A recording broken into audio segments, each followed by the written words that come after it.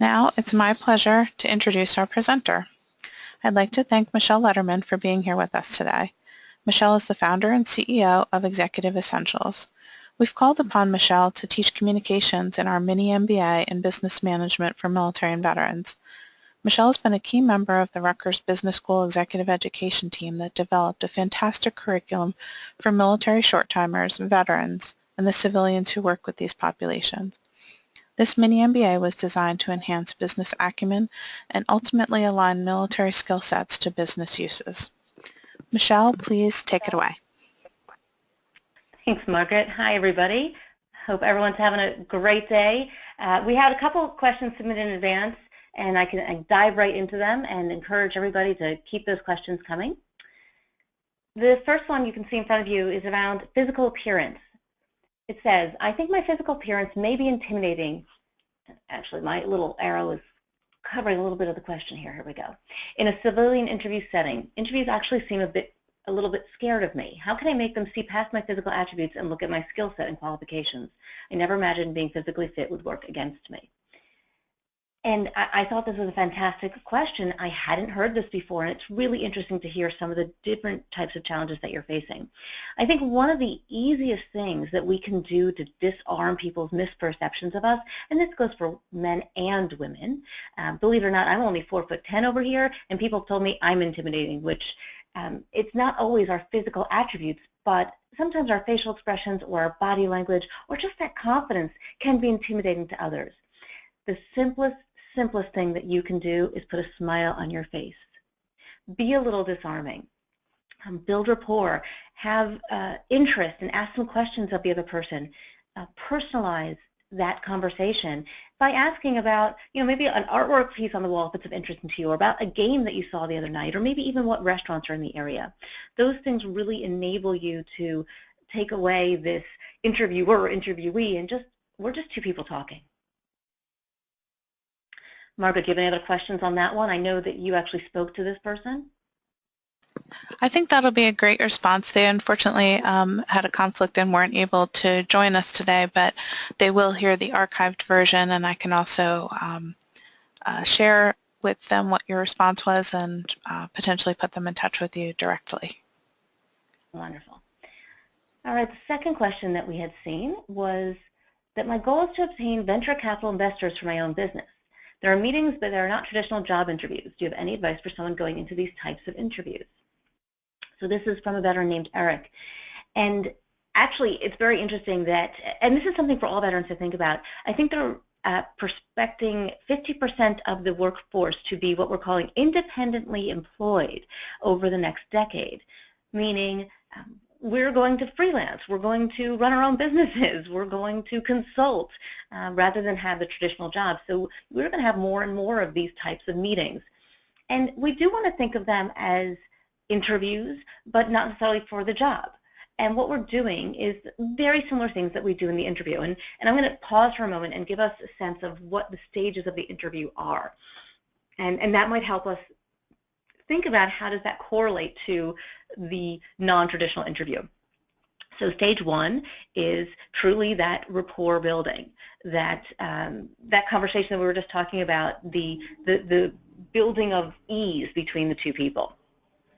So the introduction, the rapport building, we're going to go into that opening question. In this situation, the opening question may be yours. Typically in an interview, the opening question comes from the interviewer. But because this is more of a meeting, a meet and greet, that typically is requested by the entrepreneur, you really want to drive that conversation and have some questions ready. Understand a little bit about their business. What are their pain points? What are their needs at the moment? Because the best way to figure out how you can help is understand what's on their mind. So think about that opening question to get them talking, and then thinking about the core of the interview, that's that next phase. So the opening question, the core, we have our rapport building, our introduction, which is kind of the same. In this phase, this is where we're having that back and forth. So it's very conversational. It doesn't have to be all business, but really understand what you're trying to understand and also what you're trying to communicate. We don't want to go in there with a heavy sales pitch. We want to go in there trying to figure out how we can create value for this organization, whether it's with your company or not, because that sales cycle could be long. Sometimes it's not that initial meeting, but they might say, hey, you know what, we're not the right company for you, but this firm loves this type of business. Let me connect you. And by building rapport and really understanding that, you might not waste their time or yours, but you might get a great lead for another meeting. The next phase of the interview is going to be that Q&A. And in a traditional interview, this is when you as the candidate get to ask the questions. This is different. This might be where you'd flip it. As an entrepreneur, you might say, well, what questions do you have for me? What can I tell you about what we do? Again, it might not be quite so formal in one of these types of conversations. And then lastly is the close. So the fifth stage of the interview is the closing. And that's where you want to make sure that you created some type of follow-up action plan, next steps. Traditional interview, you might say, when's a good time to follow up, or who should I follow up with, or where are you in your decision-making process? You might also close with understanding to make sure a closing statement, what you want them to know about you. Whereas in this, you might ask or invite a proposal or another meeting, or maybe an offer to send a piece of information. Margaret, any other questions on that one?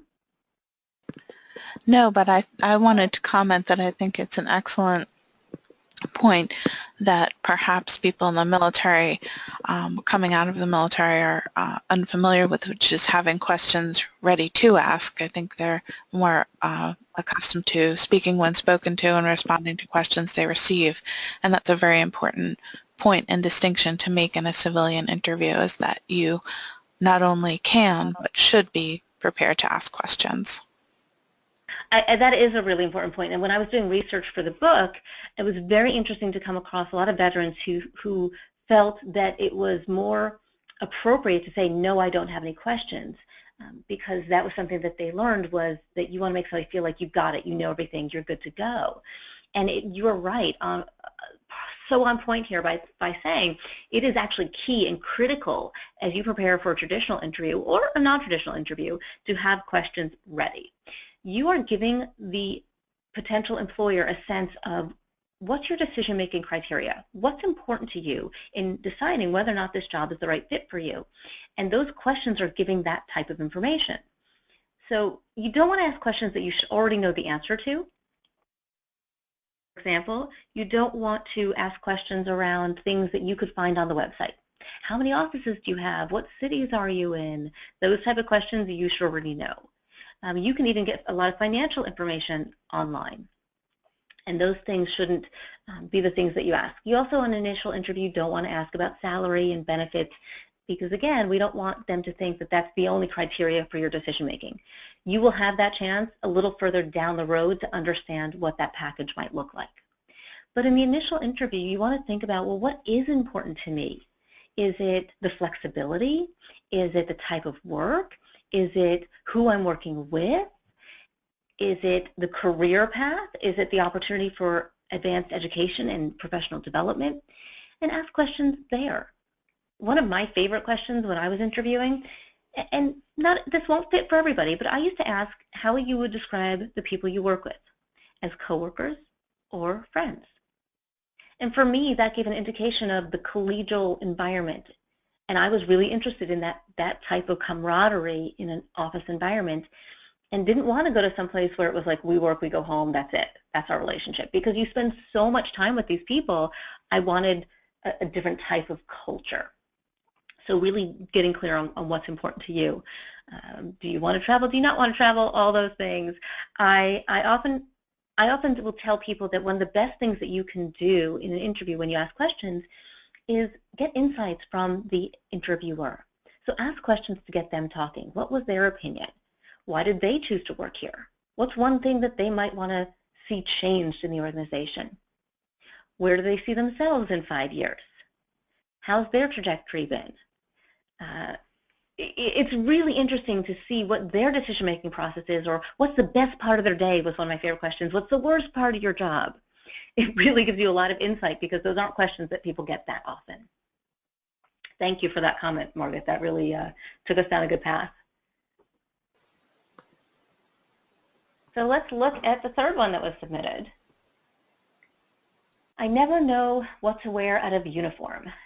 Actually, I'm fine in most social situations, but uncertain what to buy for job interviews and day-to-day outfits in a civilian work environment.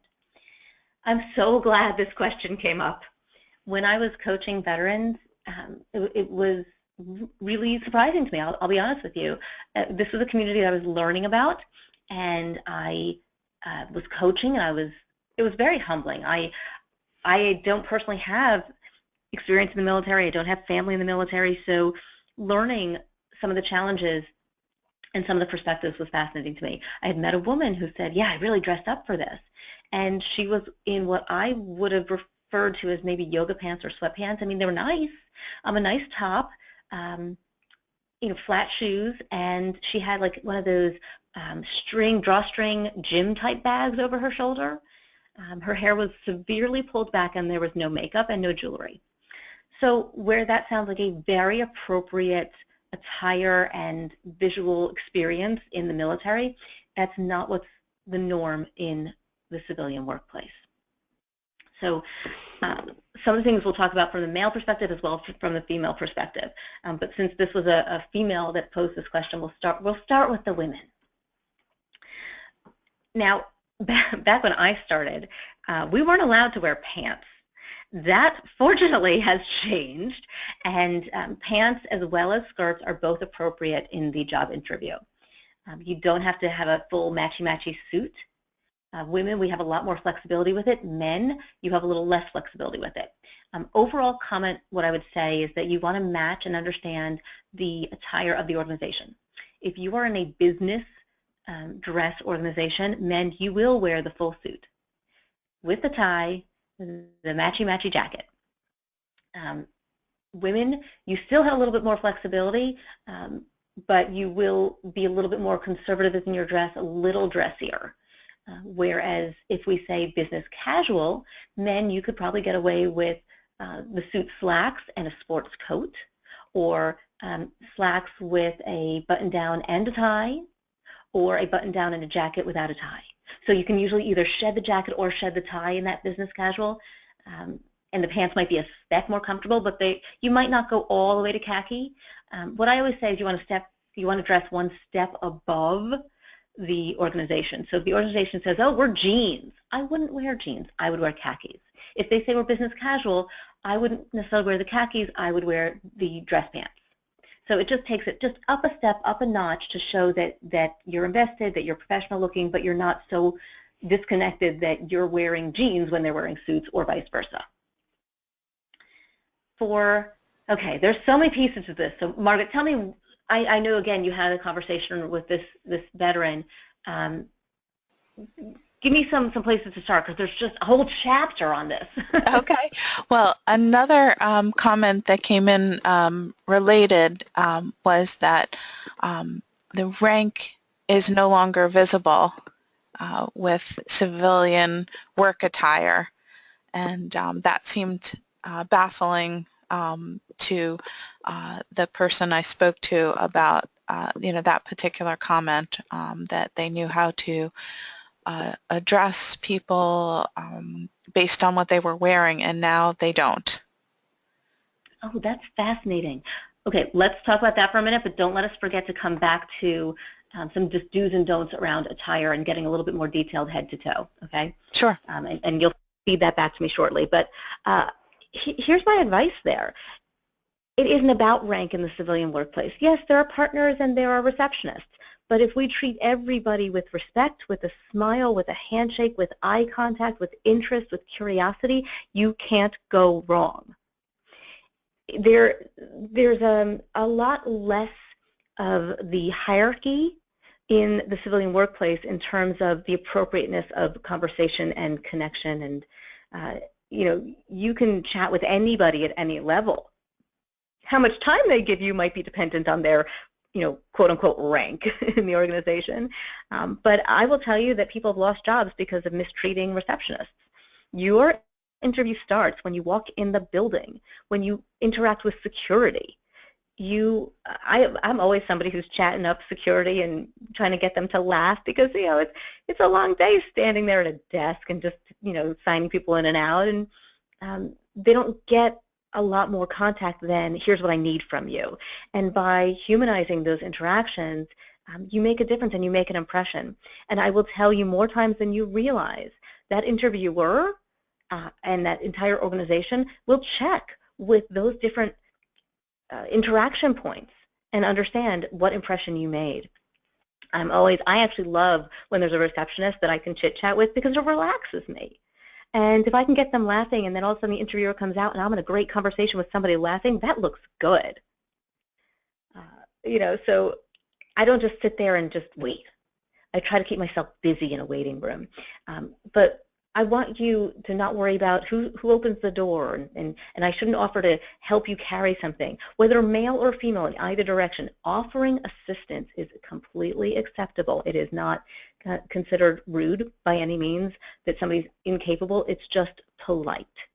So if somebody's carrying a lot and you want to offer, they might say no, fine.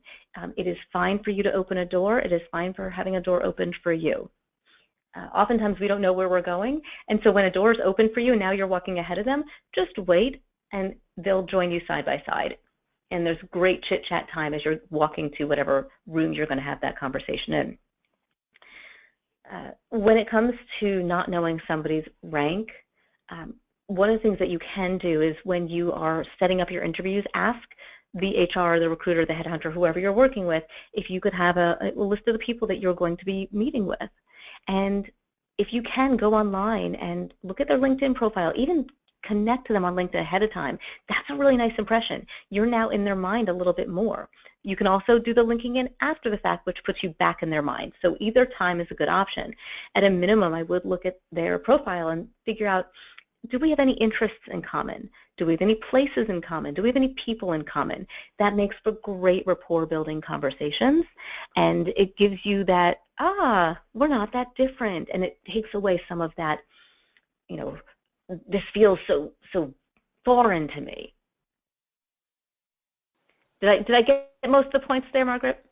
I think so, and our conversation reminded me of a question that I neglected to fold in here, and I think it's the appropriate time to ask about it. It circles back to more of what to bring to an interview, because it was about bags. What you carry and bring with you. I was telling you about that female veteran who had that kind of gym bag with her, and that she felt very dressed up. And so I want to come back to that as well. What to bring with you. There's actually a checklist, and at the end of the webinar I'm going to put up a slide that gives you a link, and you can download a checklist that you can print out and go through all the items. And it will say, have resumes. You don't have to go crazy on the fancy paper. Regular paper is fine. Have a couple copies. Even though they should have them already, it's nice to show that you thought ahead and you could hand one in. Bring a pad of paper and a pen. You can put it into a portfolio. That's fine. It's not crucial. It is nice to have a little briefcase. It doesn't have to be something super fancy or expensive. I wouldn't, and it could be a canvas. It could be like a canvas computer bag or something. Just a professional-looking briefcase, male or female, is useful. I like to keep a bottle of water. They don't always offer you water in an interview, and you're doing a lot of talking. It's helpful for you to be able to pull out a bottle of water and have a sip as needed. Sometimes you're in all-day interviews, and having a little snack in that bag isn't bad. For me, I have my spare shoes because I can't live in those heels all day, and so I'll have a pair of flats in my bag. So, absolutely having that bag, having a pen, having the notepad, having your resumes. You might create business cards. You don't have to, but if you have them, if you're at a current job or if you have military cards, you can provide a card to them. Make sure that you get their card as well. So that's some of the things that you want to think about bringing with you, and I don't have the entire checklist memorized, but there's probably some more things on that checklist you want to look into. I even put things like dental floss or a spare pair of stockings for women if they're wearing them.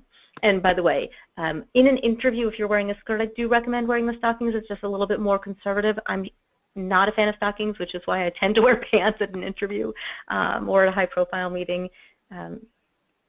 Do consider piercings and tattoos, body art, as something that you want probably to be a little bit more hidden. Let them see you before they see other things that may influence their view of you, because we want them to see the quality that you bring and not the fact that you have a nose ring or a tattoo or whatever it might be. So do consider where those are placed on your body, and if we could wear certain colors or stockings that will help hide them, great. When it comes to dress, a couple more things on the women. Although I hate this statistic, the truth is that women have a higher rate of success if they're wearing makeup. I hate that fact, but it's true. And I know that in the military we might not use a lot of makeup, and I don't want to use a lot, but a little, just a little polish. It gives you a more finished look, whether it's a little bit of blush or a little bit of lipstick. You don't have to go crazy, but it just gives you a bit more of a finished look. In terms of hair, you can wear your hair down. It does not have to be pulled back. The key for both men and women is to make sure that we can see your eyes and see your face. We don't want hair that's hiding our ability to see your facial expressions. I have some unruly hair. That picture was my hair blown out. My hair is actually quite large and curly, and so I used to wear it up and back a little bit, but now I've let it go down. I just make sure there's enough product so it's not constantly falling into my face. With jewelry, and this is for men and women, one piece, one statement piece. If men, you have a large ring, fine, but I wouldn't necessarily also wear gold chains or also wear bracelets. You can do one of the three. With women, earrings or the necklace. You can have small earrings and a necklace, but don't have big earrings and a big necklace.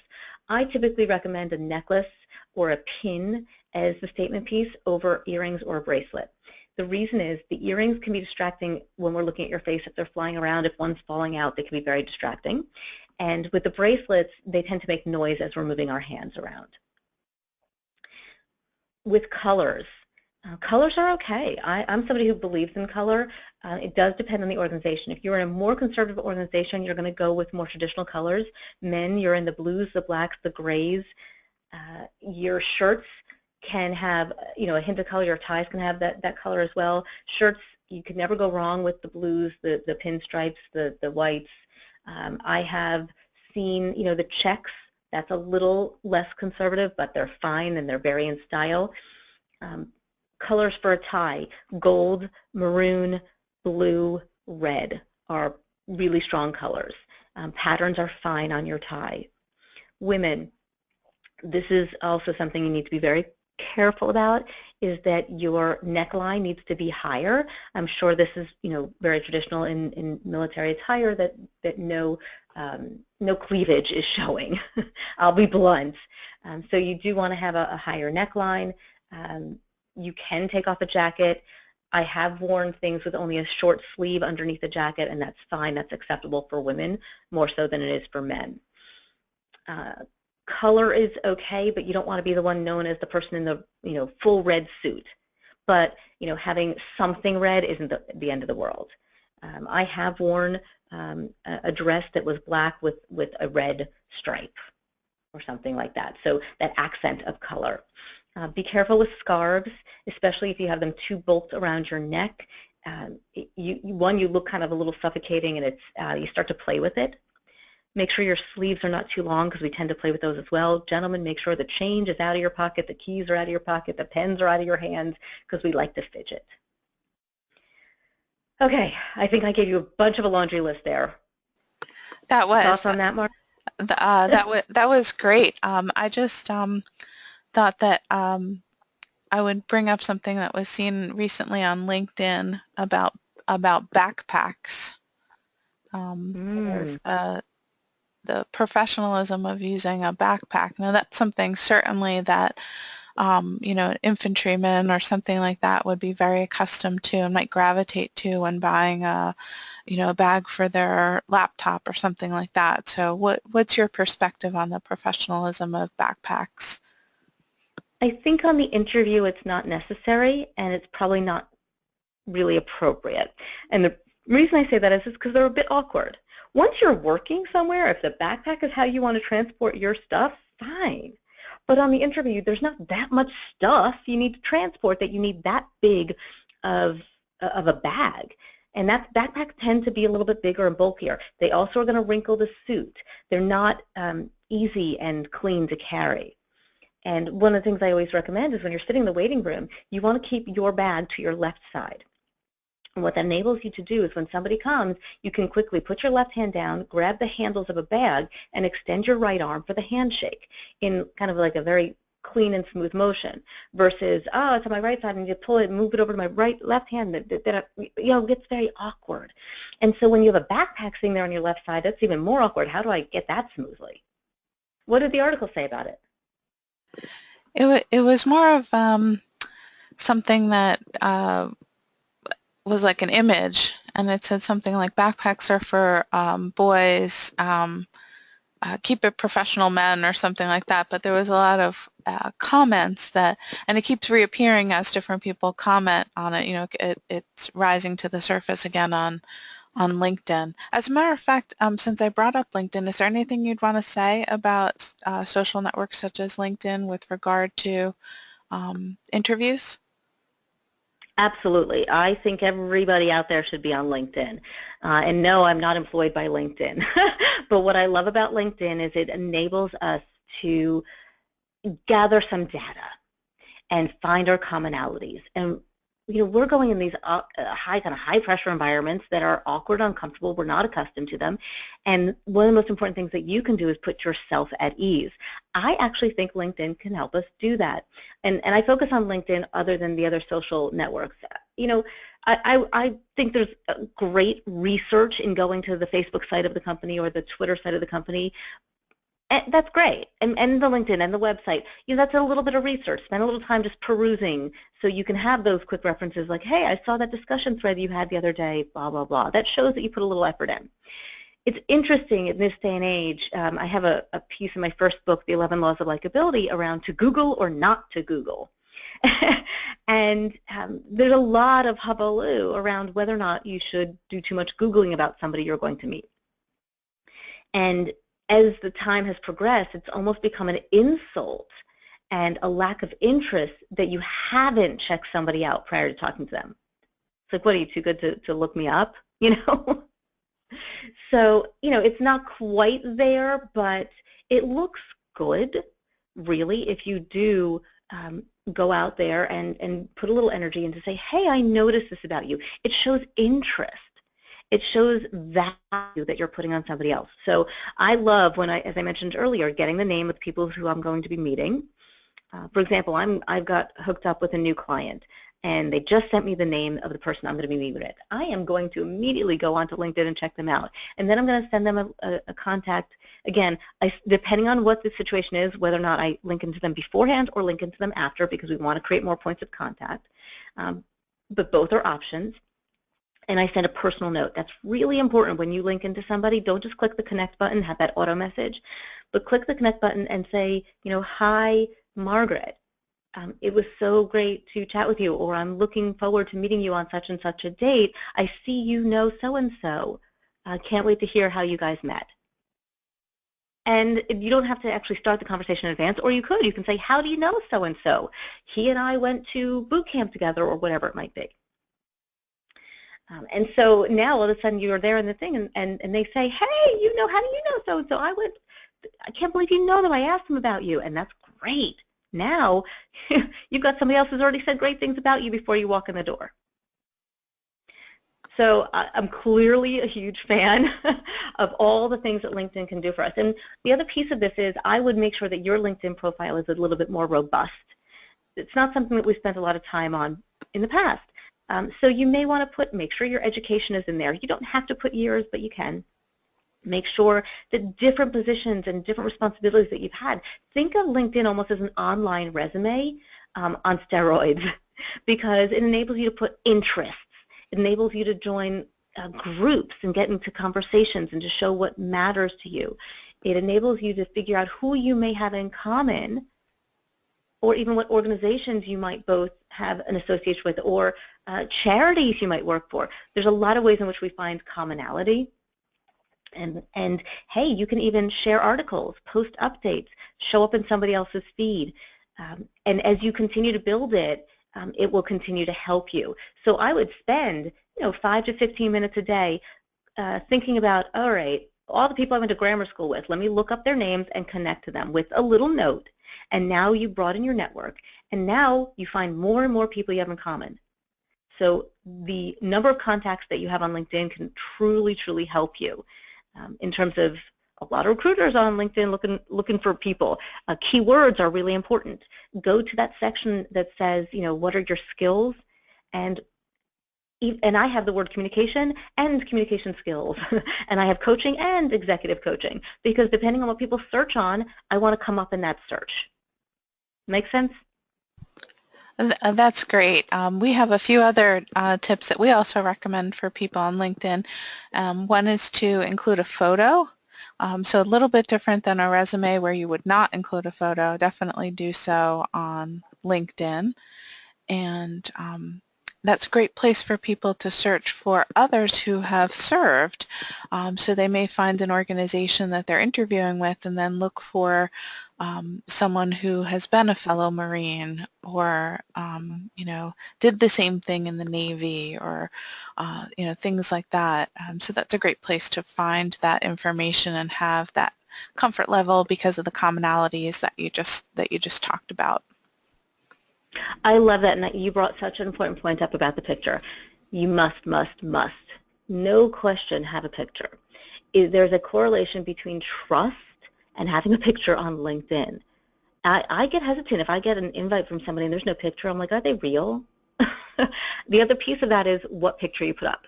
Do not give me a picture of you with anybody else, not a dog, not a kid, not somebody else you served with.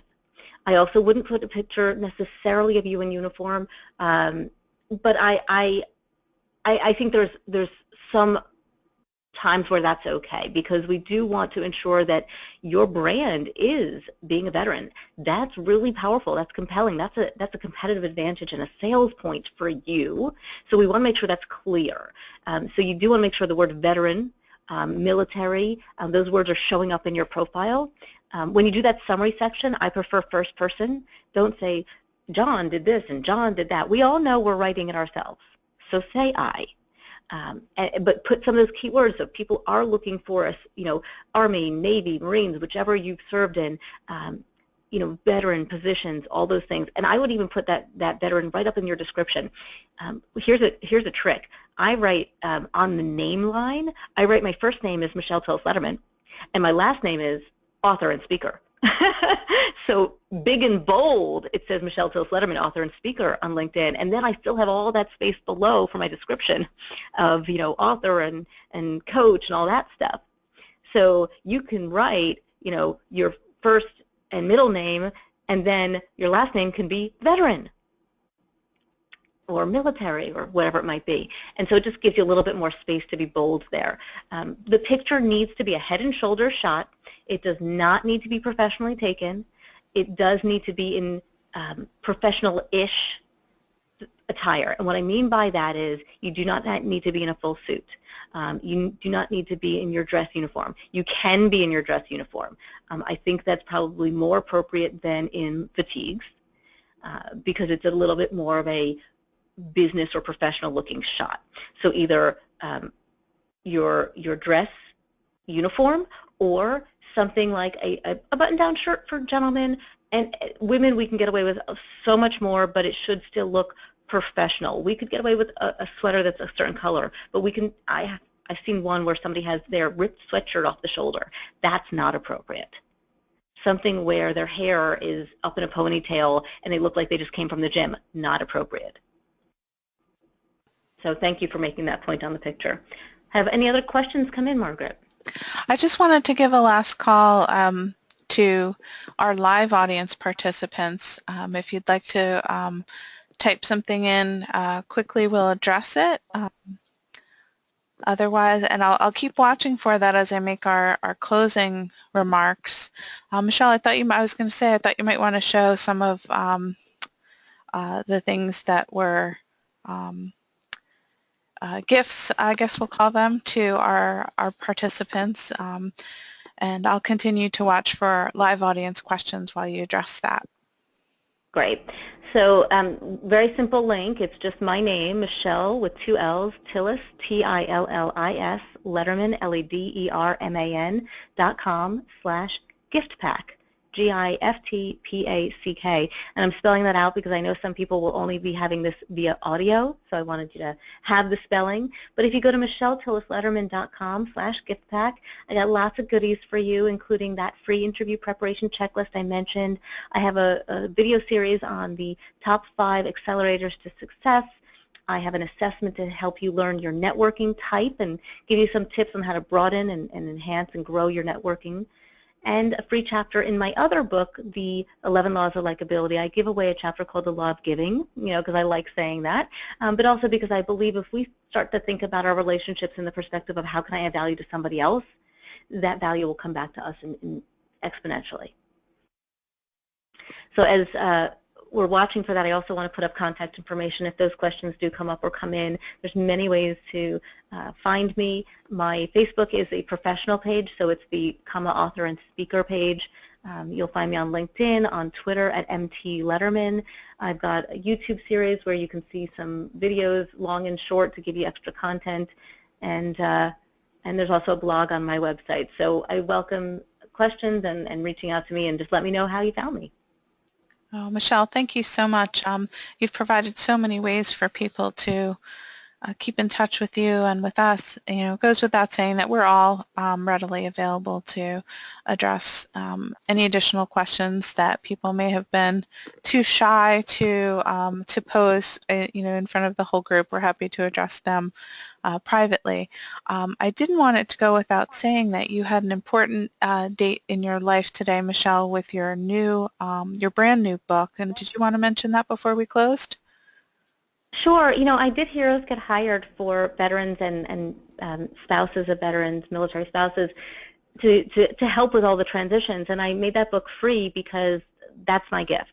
But then I had all my friends saying, what about me?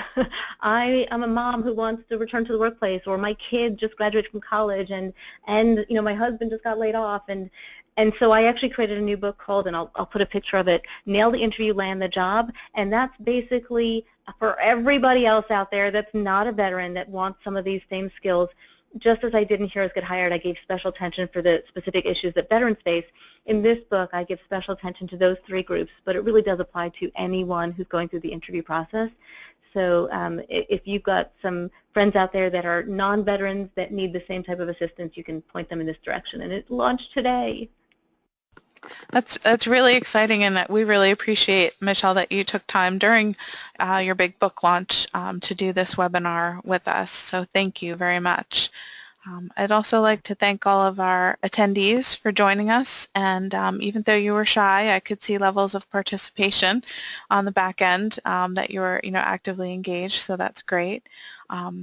And this is a little friendly reminder to those of you who are interested in the Mini MBA Business Management for Military and Veterans. That week-long program starts very, very soon. We'll quickly review your application and notify you of your admission status. For information, please visit business.rutgers.edu/EE. That's business.rutgers.edu/EE. Rutgers Business School Executive Education has a lot of great things planned for you. A full schedule of all of our programs can be found on our website, and we'd love to encourage you to check back with us often because new and exciting programs are always in the works. So I want to thank you once again, encourage everyone to save the date for our next webinar, Thursday, June 9th, 2 p.m. Eastern, for a webinar on military and corporate cultural competencies. It'll be presented by Army veteran Ann Treadway, who's director of the Rutgers Office of Veteran and Military Programs and Services.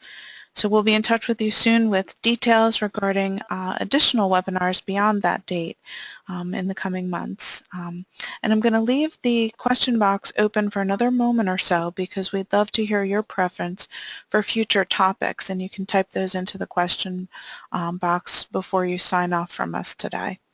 So as I mentioned earlier, a link to the archived recording will be sent to you very soon. Thank you. Have a great day. Bye for now.